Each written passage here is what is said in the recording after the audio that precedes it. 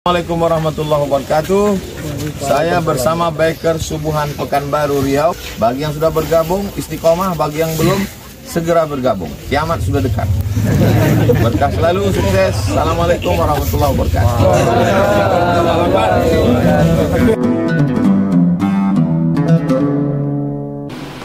Apakah sering berpindah tempat tinggal bisa menjadi bagian dari hijrah fisik? Hijrah diambil dari kata hajara. Hajara artinya meninggalkan. Jadi kalau kita meninggalkan, itu disebut dengan hajar. Meninggalkan orang, tak mau kita ngomong, tak mau cakap, itu disebut dengan hajar. Makanya dalam hadis, la yahillu li muslimin, tidak halal bagi seorang muslim ayyahjura, itu dikata hajar, meninggalkan saudaranya fauqa salati layalin, lebih dari 3 malam, tak boleh.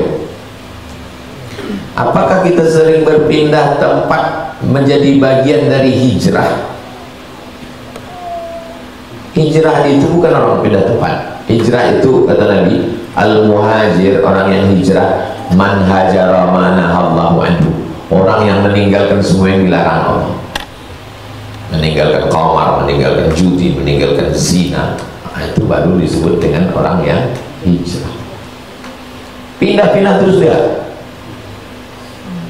sana sini sini, tapi tetap mabuk, itu tidak hijrah, belum hijrah dia. Saya lahir di Silau Laut, Kabupaten Asahan, Sumatera Utara. Habis itu saya pindah ke Kisaran, ibu kota Kabupaten Asahan, sampai SD. Habis itu saya pindah ke Medan sampai tamat Al-Wasbiyah. Habis itu pindah ke Deli Serdang, masuk pesantren Darul Arafah. Habis itu pindah ke Air Molek Negeri Hulu. Habis itu saya kuliah di Pekanbaru IAIN, tamat 9798. Habis itu ke Mesir, selesai 2002. Habis itu saya ke WKM Malaysia, tinggal di Selangor, Kajang. Habis itu saya Maroko. Habis itu dari Maroko sempat ikut tes UIN di Jakarta. Habis itu baru balik ke Pekanbaru, 11 kali pindah. Apakah saya orang yang hijrah? Hijrah secara tempat. Hijrah kata Nabi, man hajara ma nahallahu anhu, orang yang meninggalkan semua yang dilarang Allah Ta'ala. Ada orang yang tak pindah-pindah, dari sejak dia lahir mati pun di situ. Apakah dia tidak hijrah? Dia hijrah karena dia meninggalkan semua yang dilarang Allah Subhanahu wa Ta'ala. Hijrah spiritual. Kalau yang nampak-nampak ini namanya material, materi, bisa ditengok, bisa dipegang, bisa dirasa, itu namanya materi. Yang tidak bisa ditengok tapi dirasakan namanya spiritual. Spirit itu yang bersifat batin, yang tak nampak. Kalau bahasa Arabnya, yang nampak ini jasad, yang tak nampak itu roh. Apakah berpindah-pindah tempat termasuk bagian dari takdir?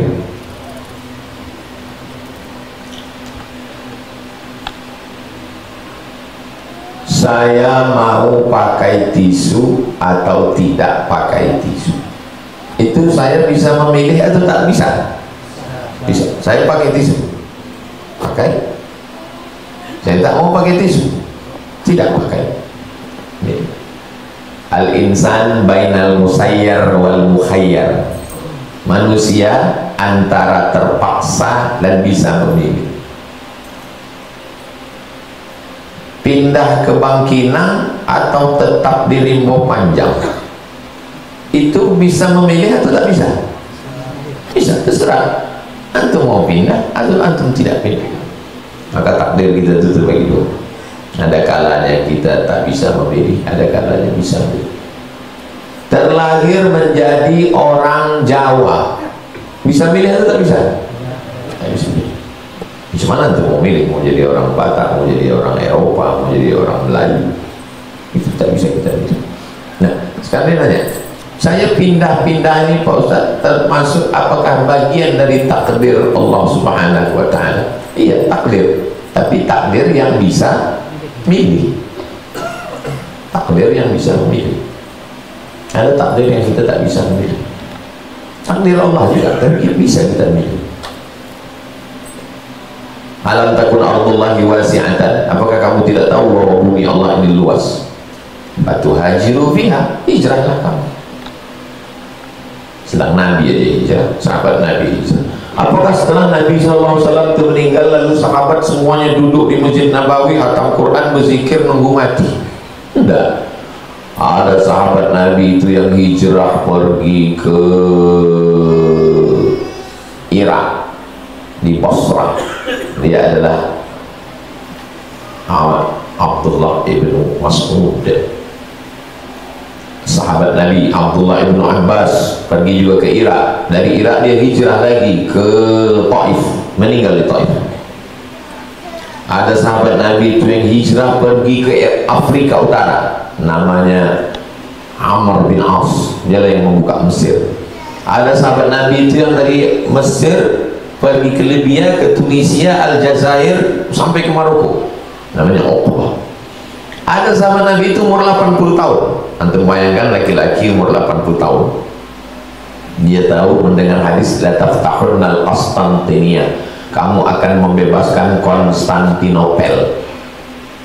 Didengarnya beberapa sahabat Nabi pergi berjuang ke Konstantinopel, sekarang Istanbul. Umur 80 dia pergi hijrah ke Konstantinopel. Makamnya di Istanbul, di bawah pohon kayu besar, namanya Abu Ayyub Al-Ansari. Abu Ayyub Al-Ansari inilah yang menyediakan, yang tinggal serumah waktu Nabi belum punya rumah, waktu Nabi pertama kali hijrah ke Madinah. Abu Ayyub Al-Ansari.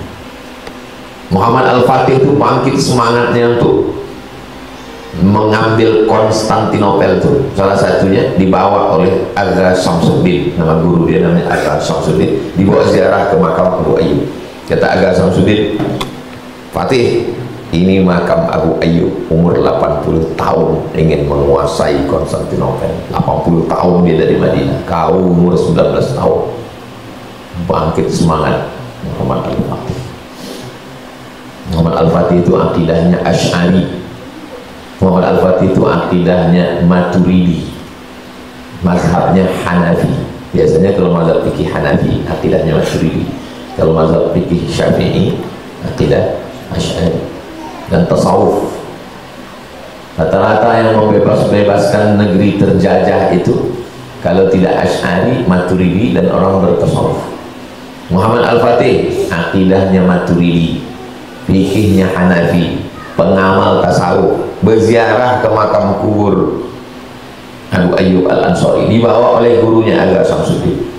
Salahuddin Al-Ayyubi akidahnya Asy'ari, fikihnya Syafi'i, tasawuf. Khatam dia kitab Ihya Ulumuddin. Jadi orang-orang yang mengejek, apa itu Imam Ghazali tak berjuang ke Palestina? Imam Ghazali menulis kitab Ihya Ulumuddin 4 jilid. Kitab itu dibaca oleh Salahuddin Al-Ayyubi.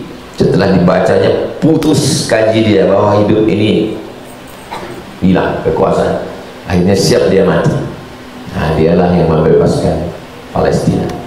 Salahuddin Al-Ayyubi, kemudian Muhammad Al-Fatih. Ini orang-orang yang berakidah Ahlussunnah wal Jamaah.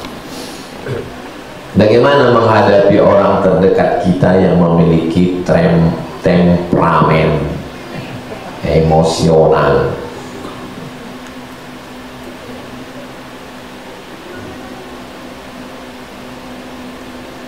Dan bagaimana cara kita diberikan ketenangan untuk menghadapinya? Orang-orang yang emosional, orang-orang temperamen itu sebetulnya pertama kita mesti pahami bahwa dia manusia, kita pun manusia. Dipahami dari ujung rambut ke ujung kakinya itu. bahwa di badannya itu ada bulu, ada rambut, ada tulang, ada otak, ada sumsum, ada, pahami dulu. Dia bukan robot, dia bukan Robocop, dia bukan Transformer, dia sama macam kita. Itu hakikatnya, bahwa dia pengamuk, dia pemarah, sama macam kita. Maka kita pun jangan takut sama dia. Kalau kita takut sama dia, kita shoot duluan. Orang temperamen, dia sebetulnya sama orang ini, dia tes dulu, tes water, ditesnya dulu. Kalau dia ngamuk sekali, kita takut, dia ngamuk lagi. Makanya kalau kita dihamuknya sekali, kita ngamuk dia lagi. Jangan mau direndahkan orang. Saya bawa mobil di Jalan Nangka, Jalan Nangka, ya, baru-baru pulang lah tahun 2012 tentu. Tiba-tiba pas di Jalan Nangka, ini jalan pelajar, ditabraknya di belakang. Nih, berhenti saya, dia pun berhenti juga. Berhenti, dia keluar, di sapunya bekas tabraknya itu, sapu. Udah nggak apa-apa nih katanya, pergi aja. Sapunya gini, udah nggak apa-apa nih, pergi aja. Oh, dia mau nyoba naik saya ke mobilnya itu, saya pakai sepatu, naik saya ke mobilnya, saya injak mobil. Udah nggak apa-apa, jalan terus. Terbodoh dia, saya udah siap. Makanya di motor, di mobil, jangan sampai tak ada bersih agak sendiri. Motor lain itu mesti ada, karena kita menghadapi macam-macam orang. Saya sudah siap. Habis itu dia pun pergi. Itu untuk mengajar dia, karena banyak orang kurang ajar. Ayah dia tak pernah ngajar dia, emak dia tak pernah ngajar dia, guru dia tak pernah. Kitalah yang dikirim Allah untuk ngajar dia. Saya yakin seumur hidup dia dapat pelajaran. Saat disapunya mobil itu semuanya pergi. Tak mau sedih juga. Jalan Sukakarya, dia lagi mau. Saya tengok di kaca belakang, diikuti. Sering baca, ikut. Dan 3 kali belok, diikutnya terus. Itu baru saya. Kenapa kau ikuti aku? Apa mau kau? Saya disuruh Pak Kapolres, Pak Intel bilang sama dia, aku bukan pencuri, aku bukan maling, aku Ustaz, aku tak ada yang ganggu siapa-siapa. Yang kau ikut aku ikut.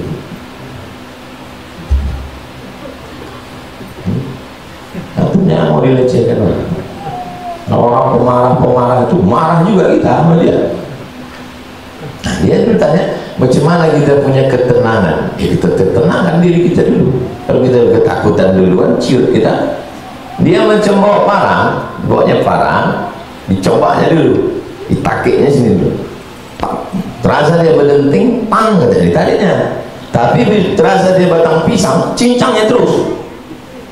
Nah, adik kita perempuan, kakak kita perempuan, keponakan kita perempuan, dapat laki yang model temperamen gitu. Oh, jangan macam-macam. Mesti diajar dia. Saya santri-santri perempuan itu saya ajar. Kalau laki juga macam-macam, panting aja. Banyak kayak kurang ajar. Ayahnya tak pernah mengajar dia dulu, emaknya juga takut sama dia. Akhirnya dia jadi orang kurang ajar.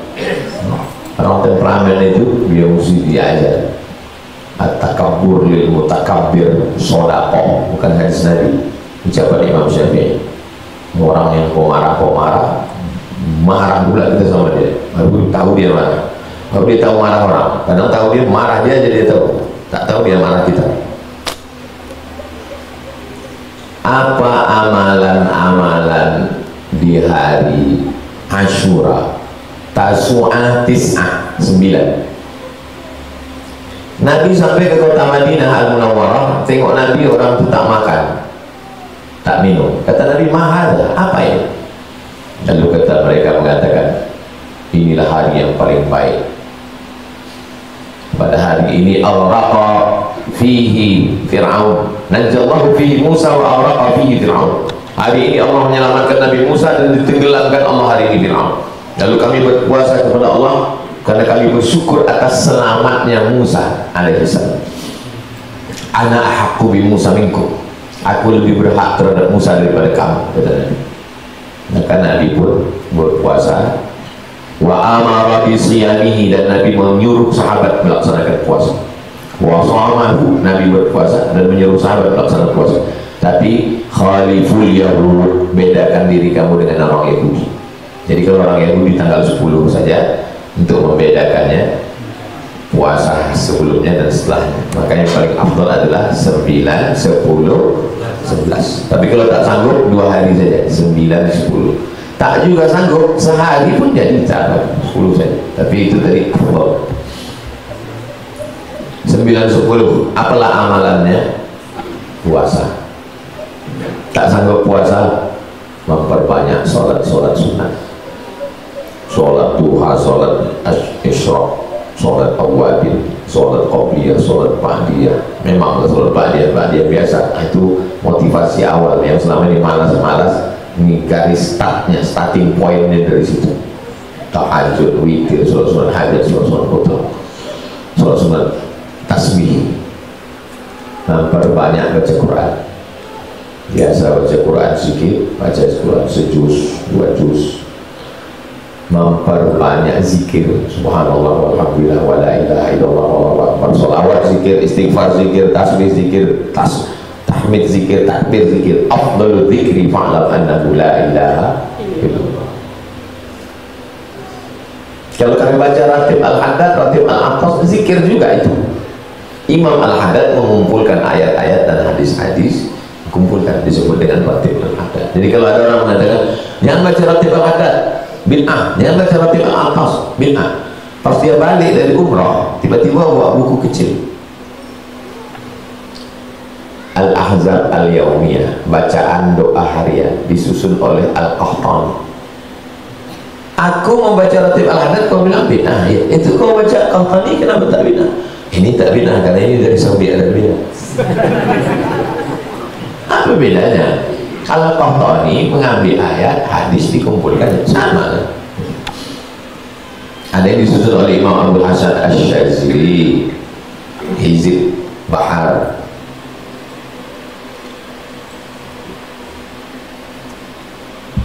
Bahasa, sholat sunat, baca Quran, zikir, shadaqah. Makanya ada istilah bubur Asyura. Dulu di kampung Majid, saya di emak sepupu kalau Asyura masak bubur pakai santan, ada kacang-kacang macam-macam. Kemarin saya di Kelantan, Terengganu, ada kue. Ustaz makan Ustaz, kue suwo. Apa suwo? Apa suwo ini Pak? Dari Asyura, orang Melayu payah nyebut Asyura, suwo. Kami pun di kampung bubur suwo. Cuma tempat kami bubur, saya bilang, di sini cuma Ustaz makan kue suwo. Warnanya hitam, potong-potong makan. Cuma rasanya Ustaz, macam-macam daging kok manis. Daging sapi di blender halus dengan bumbu, daging tapi manis. So lain padang, lain belalang, lain lugu, lain ikannya, lain tempat, lain kuliner. Bagaimana menentukan, menyikapi perbedaan awal Muharram Indonesia dan Saudi? Apakah kita berpuasa Asyura 10 Muharram ikut Saudi atau Indonesia, atau sebaliknya 2 hari tersebut? Abdullah bin Abbas berada di Madinah. Lalu kemudian pada masa pemerintahan Marwan dikirimlah surat ke Syam Damaskus, dari Madinah ke Damaskus, lebih kurang 1000 kilo ke Syam. Lalu kemudian utusan yang membawa surat tadi pulang dari Syam, pulang ke Madinah. Ditanya sama Abdullah bin Abbas, kalian di Syam puasa hari apa? Hari Jumat. Kami berpuasa di Madinah hari Sabtu. Di Madinah puasa hari Sabtu, di Syam puasa hari Jumat. Pertanyaannya, apakah pernah terjadi perbedaan makna penampakan anak bulan di kalangan salaf? Pernah atau tidak? Antara Madinah dengan Damaskus saja bisa berbeda, apalagi rimbo panjang dengan Saudi Arabia. Nah, kalau ada orang rimbo panjang ngikut kalender Saudi Arabia, di luar nurul. Kau puasanya kapan? Aku puasa hari ini. Tapi rimbo panjang hari ini udah tanggal 11. Ini saya ikut Makkah. Sedangkan zaman Abdullah bin Abbas, sahabat Nabi salaf, pernah terjadi perbedaan antara Madinah dengan Syam. Iya, tapi kita mengikut Al-Quran dan Sunnah. Wah, keren bolong. Rupanya tak nyambung itu udah. Paham tak paham? Ikutlah di mana negeri kita tinggal. Di mana kita tinggal ya ikut. Karena perbedaan penampakan anak bulan di setiap negeri tidak sama itu. Seandainya cukup satu aja, pastilah waktu itu khalifah mengumumkan ikutlah Syam saja, ati Allah wa ati Rasul wa ulil amri. Tapi buktinya Syam tidak bisa memaksakan Madinah, padahal sahabat-sahabat Nabi ada zaman itu. La darara wa la dirar, tidak boleh memudaratkan diri, tak boleh memudaratkan orang. Apakah hadis ini bermakna pada diri sendiri atau pada semua aspek kehidupan? Tidak boleh memudaratkan diri sendiri, tembakau. Memudaratkan orang lain, asapnya. Lebih bahaya yang merokok atau yang merokok pasif? Merokok pasif lebih bahaya. La darara wa la dirar. Semua yang memudaratkan diri sendiri, memudaratkan orang lain. Apakah ini hanya personal atau keputusan negara? Keputusan negara, keputusan perusahaan, korporat. Perusahaan mengurus izin, lalu kemudian dapat izin memotong hutan Riau 100.000 hektar. Di bawah tanah Riau ini ada batang-batang kayu tualang yang sudah kena air selama ribuan tahun, akhirnya jadi tepung. Itu maka tanahnya kalau digali hitam. Kalau musim panas, panasnya minta ampun. Kalau musim hujan, beceknya minta ampun. Itu yang hitam-hitam itu namanya gambut. Gambut terluas di dunia ini di Riau, 700.000 hektar di Kabupaten Bengkalis Siak. Itu hutan gambut itu kalau kena cahaya matahari itu panasnya naik ke atas. Macam mana supaya panasnya itu seimbang? Disuburkan Allah lah Riau ini dengan hutan. Tumbuhlah kayu-kayu dengan daun-daun yang fotosintesisnya bisa 12 jam karena cahayanya. Beda sama Arab. Di Arab kalau musim dingin kayu mati, daun-daun itu tak ada, kering semua musim dingin. Di Amerika, Eropa mati. Di tempat kita bisa berdaun selama 12 bulan hidup terus. Nah, akhirnya dipotong hutan, digantikan dengan sawit. Sawit mengisap air tanah. Makanya yang sungai-sungai kecil dulu di kampung kita sekarang jadi parit kecil jadi pasir. Makanya makin panas ya, hutannya dipotong, sawit mengisap air. Itu keputusan personal pemerintah, korporat, pribadi, orang beramai-ramai. Nah, sekarang diadakan lagi penanaman pohon,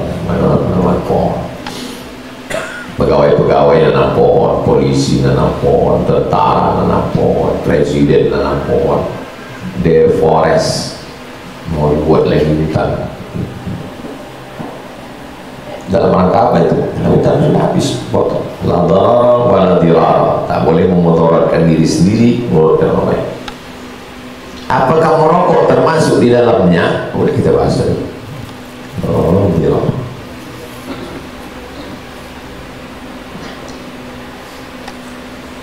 Ada saudara saya punya halaqah zikir, tapi mereka selalu minta nasihat dari orang yang dirasuki, konon katanya qarin, yang dulunya dia seorang kiai. Selalu mereka berkomunikasi zikir bersama, bahkan sampai subuh zikirnya. Bagaimana hukumnya Ustaz? Saya jangankan sama jin, sama orang aja saya tak percaya.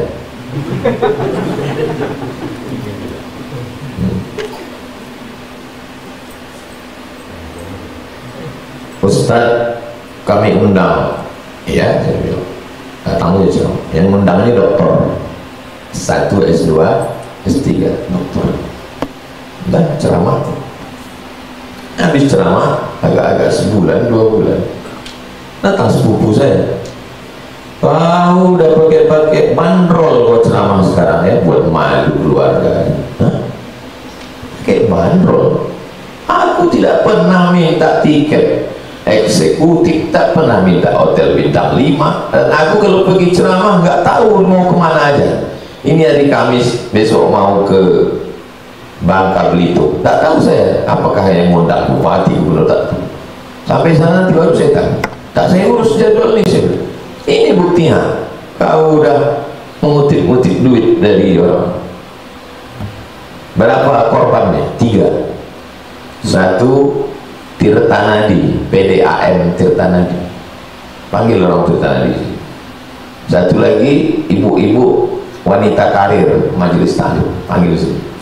1 lagi Masjid Titik Kuning. Saya tanya, berapa klien Masjid Titik Kuning diambilnya? 30 juta. Ibu-ibu dari wanita karir 30. Bapak dari Tirtanadi 60. Saya tak ada begitu Pak. Udah itu Pak Ustaz, kami ikhlas lillahi ta'ala.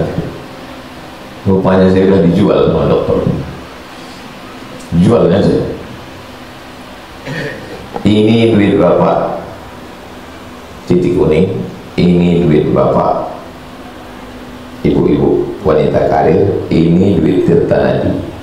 Balikkan balik ke kantor, balikkan ke masjid, balik, bilang ini pungli, kita tidak ada model itu. Kemudian ada besi tiang lampu di hotel, pegang besi itu.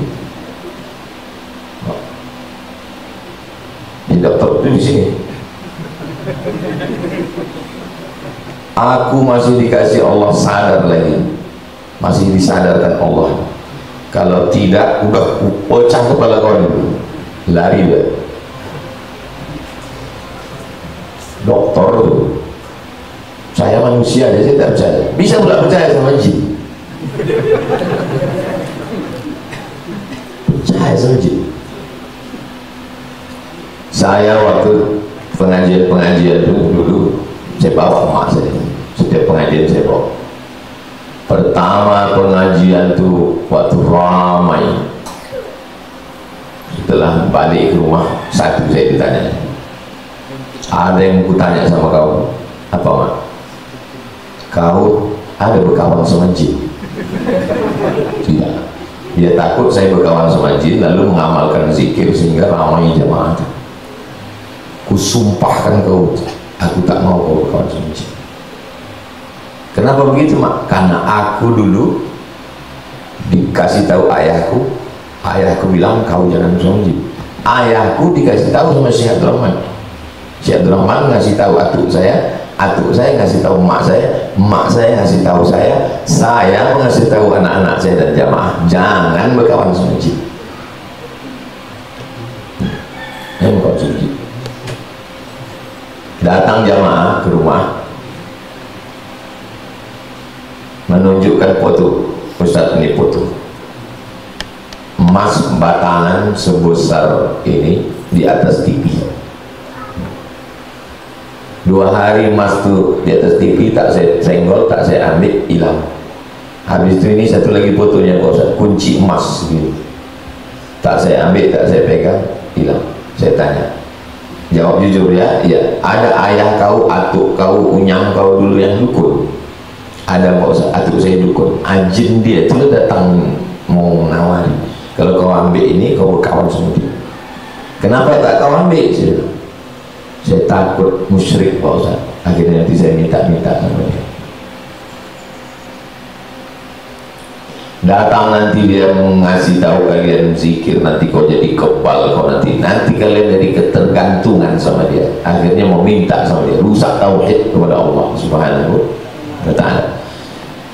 Ada mursyid di Malaysia namanya Syekh Jahid, mursyid tarekat Naqsabandiyah. Nanti cari Syekh Jahid, Syekh Dr. Jahid.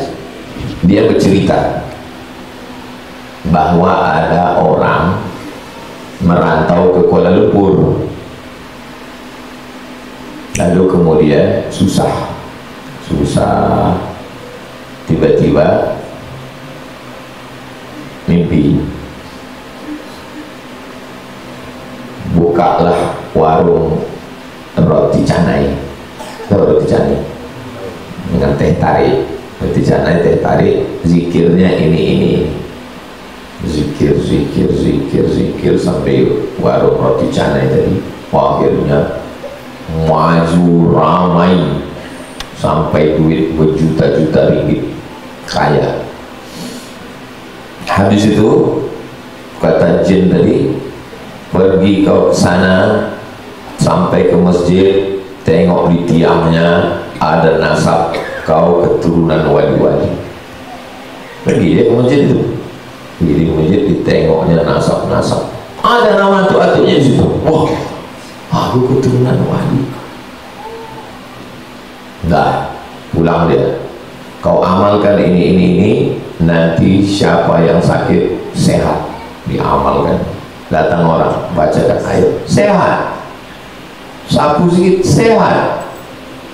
Lama-lama dia tak sembahyang lagi. Tak sembahyang. Ditanya sama Syekh Jahid, kau kenapa tak sembahyang? Karena sembahyang pahalanya satu, kalau mengobati orang pahalanya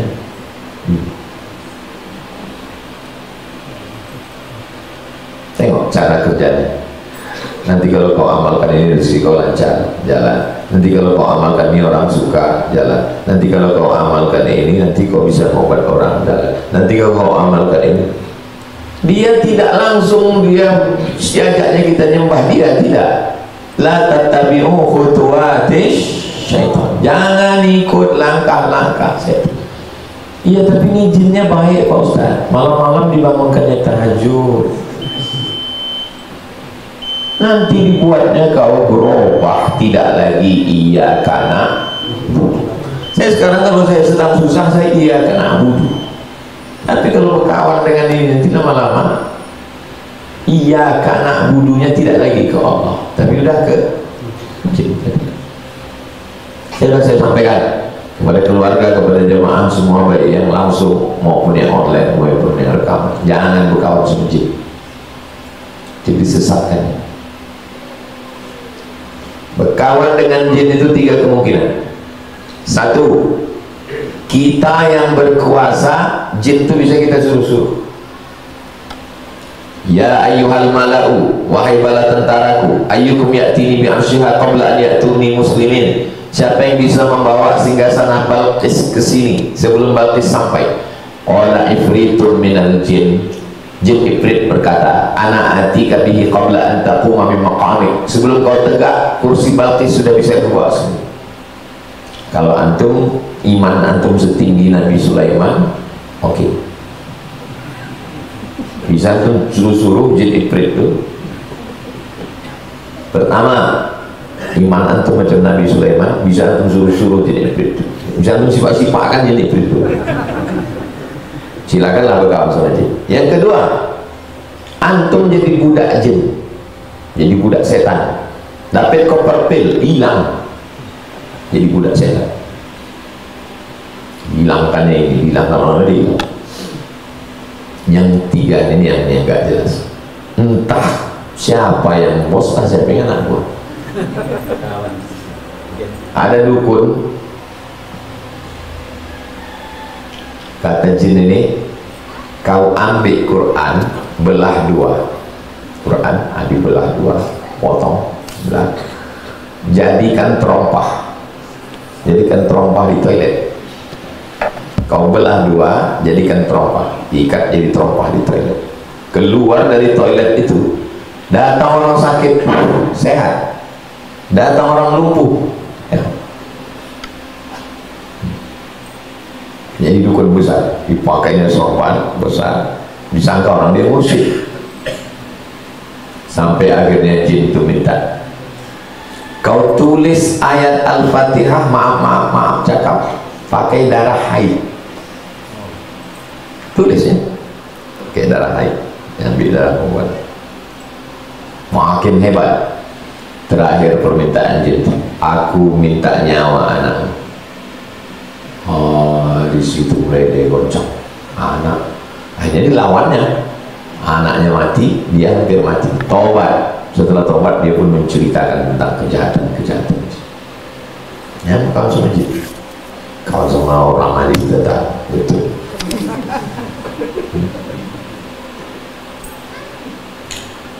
Ada di antara ustadz mengatakan bahwa kita dibaca 4 surah yang ada dalam Al-Baqarah, 70.000 malaikat mendoakan tidak akan disiksa di dalam kubur, yaitu surat Yasin, Al-Furqan, Al-Waqi'ah, Al-Ikhlas. Apakah benar manfaatnya demikian? Dan bagaimana pula jika dibaca untuk orang yang sudah meninggal? Tentang fadilah-fadilah, kalau ini dibaca pahalanya begini, kalau ini dibaca pahalanya begini, kalau ini dibaca pahalanya begini, mesti dari hadis Nabi Muhammad SAW tentang membaca pangkal Al-Baqarah sama ujung Al-Baqarah. Siapa yang membaca pangkal Al-Baqarah dan ujung Baqarah, lakafatahu, maka cukuplah itu bagi dia. Siapa yang membaca Qul a'udzu bil falaq dengan Qul a'udzu bin nas 11 ayat, maka dibukakan 11 simpul-simpul tali sihir. Siapa yang baca ayat kursi subuh, dibaca sampai zuhur, dibaca zuhur, dibaca sampai asar, dibaca asar, dijaga sampai maghrib, dibaca maghrib, dijaga sampai isya, dibaca isya, sebelum tidur malam dijaga sampai subuh. Itu semuanya hadis-hadis sahih. Tentang membaca surat Yasin, man qara'a Yasin fi lailatin, siapa yang baca surat Yasin pada suatu malam, asbaha maghfuran lah, subuhnya dia sudah diampunkan Allah SWT. Tentang baca Qul huwallah, Qatadah bin Nu'man, hadisnya dalam Musnad Ahmad bin Hanbal. Qatadah bin Nu'man dari mulai maghrib, isya sampai subuh baca Al-Fatihah, Qul huwallah. Kata Nabi, inna la ta'dilu sulusal Quran, itu sama dengan sepertiga Al-Quran. Kaedahnya, keutamaan surat, keutamaan zikir mesti ada dalil dari hadis Nabi Muhammad SAW. Itu model yang pertama. Yang kedua namanya mujarrab. Apa namanya? Mujarrab. Mujarrab itu diambil kata jarraba yujarribu.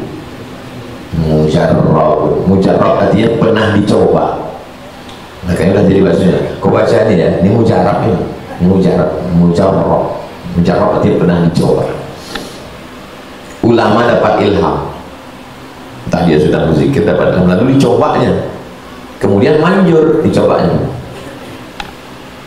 Idza sama'un syaqqat wa azinat li rabbiha wa huqqat wa idzal ardu muddat wa alqat ma fiha wa takhallat. Idza sama'un syaqqat, ketika langit terbelah, wa azinat li rabbiha wa huqqat, dia minta izin kepada Allah SWT dan terwujud.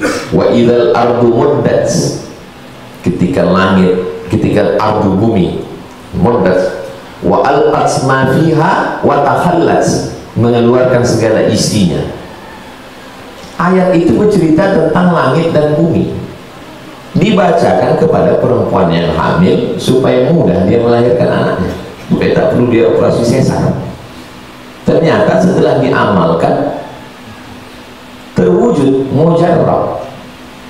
Itu namanya termasuk dalam jenis mujarrab. Jadi nanti kalau ada orang ngasih antum amalan, antum tanya, ini dalilnya yang dari hadis atau dari mujarrab? Apakah benar manfaatnya demikian Pak Ustadz? Tengok hadis-hadisnya, sahih atau tak sahih. Bagaimana jika dibaca untuk orang yang sudah meninggal dunia? Imam Syafi'i berkata dalam kitab ini, dalam Minhajush Shalihin, kata Imam Nawawi, wa qala Syafi'i, Imam Syafi'i berkata, wa in khatimul Qur'ana kullahu, kalau dikhatamkannya sekhatam Al-Quran, kana hasanan, meninggal keluarga bacakan sekhatam Quran, dihadiahkan pahalanya, kana hasanan, bagus. Kalau tak sanggup sekhatam, ya pilih, itu maka orang pilih Yasin. Yasin pun juga terlalu panjang, bacakan Fatihah sekali, Qul Huwallah 3 kali, Al-Falaq sekali, An-Nas sekali, pangkal Al-Baqarah, ayat kursi, ujung Al-Baqarah, tutup dengan tahlil, afdal zikri fa'lam annahu la ilaha illallah. Ya Allah, sampaikanlah pahala bacaan yang sudah kami baca, Al-Fatihah, Al-Falaq, An-Nas, pangkal Al-Baqarah, ayat kursi, ujung Al-Baqarah, dan tahlil kami kepada almarhum almarhumah. Itu tentang bacaan-bacaan. Secara umum membaca Yasin, membaca Al-Furqan, membaca Al-Waqi'ah, membaca Al-Ikhlas, secara umum dalilnya baik. Membaca Yasin, la tuqra'u fi amrin asirin illa yassarahullah, kata Imam Ibnu Katsir. Buka dalam tafsir Ibnu Katsir di Muqaddimah surat Yasin. Kalau dibacakan surat Yasin itu pada perkara-perkara yang sulit, lalu kemudian dimintakan mujarrab. Tentang membaca Al-Furqan, dalilnya dalil umum, iqra'ul Qur'an faqra'u ma tayassara minal Qur'an. Tentang baca Al-Waqi'ah, siapa yang membaca surat Al-Waqi'ah dijauhkan dia dari faqah, dari miskin, papa, susah, melarat. Hadisnya dhaif. Hadis dhaif boleh diamalkan untuk fadail amal selama cukup 5 syarat. Bukan masalah akidah, bukan dalil halal haram, tidak ada periwayatnya kadzab berdusta, masih bernaung di bawah dalil yang umum, dan untuk fadail amal boleh. Membaca surat Al-Ikhlas dari Qatadah bin Nu'man, innaha la ta'dilu thulutsal Qur'an, sama dengan sepertiga Quran. Jadi dibaca Fatihah sekali, sepertiga, 3 kali sama dengan sekhatam Quran. Jadi kalau ada orang menghatamkan Qul Huwallah sampai 100.000 kali, ada, saya ketemu dengan mursyid Naqsabandi Ahli Rohul. Alun akan kutanya ke Ustaz, wa amalan aku, apa tuh kelipah? Aku membacakan khatam Qul Huwallah. Khatamnya berapa kali? 100.000 kali. 1 kali khatam.